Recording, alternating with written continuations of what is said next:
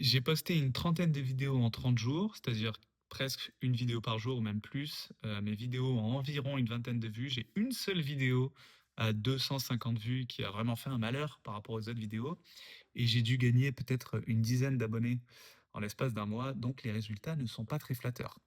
Et quand bien même ça fait chier et quand bien même, c'est super cool de voir que les vidéos sont vues et que je regarde souvent les données analytiques, de YouTube pour voir à quel point je performe, parce que je suis toujours obligé de performer, mon cerveau est construit comme ça malheureusement.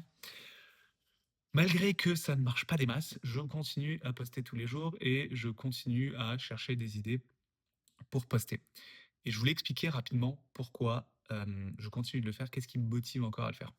Premièrement, je me dis que si des gens sont dans ma situation, la situation d'une personne de 30 ans qui a pété un câble complètement à cause du travail, qui vit de l'anxiété généralisée depuis des années, avec une pente très descendante sur les 12 derniers mois et qui a dû arrêter le travail parce que j'avais trop de stress. Bah, j'estime qu'il y a d'autres personnes un jour qui chercheront sur YouTube et qui tomberont sur moi, qui parlent en français en plus, parce qu'il y a des vidéos en anglais, mais très peu en français. En plus, je suis un garçon qui parle d'anxiété, qui parle de pleurer tous les jours, bah, c'est assez rare.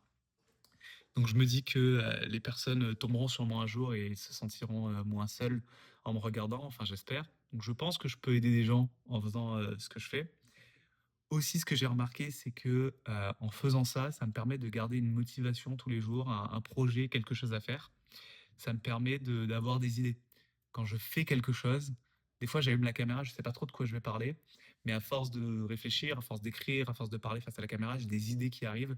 Donc ça me permet de garder mon cerveau en motion, comme on dit ça en anglais. Ça se dit en français, en motion.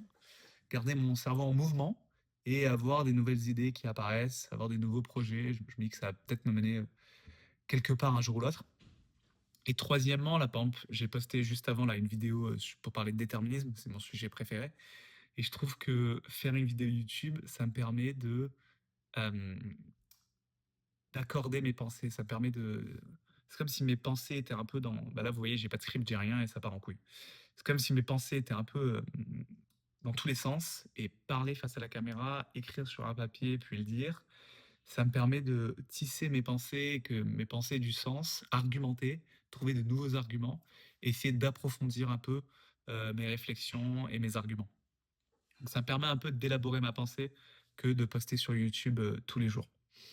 Et quatrièmement, j'aime bien ça, j'aime bien parler. Alors d'habitude, j'adore parler en public. Malheureusement, je n'ai aucun public à qui parler. Donc là, je parle face à ma caméra. Un peu moins fun de parler face à la caméra, mais c'est quand même une expérience cool et que j'apprends à aimer. Donc voilà, c'est pour toutes ces raisons-là que je continue de poster. Je me suis dit que j'allais le dire haut et fort. J'allais en parler à tout le monde. Donc si jamais ça vous plaît.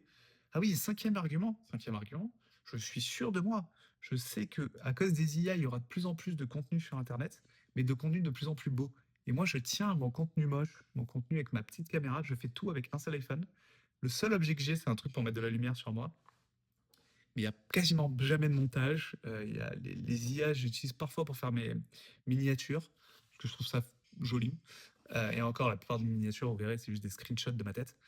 Et donc j'aime bien ce côté un peu artisan de la vidéo, quelque chose qu'on va retrouver de moins en moins.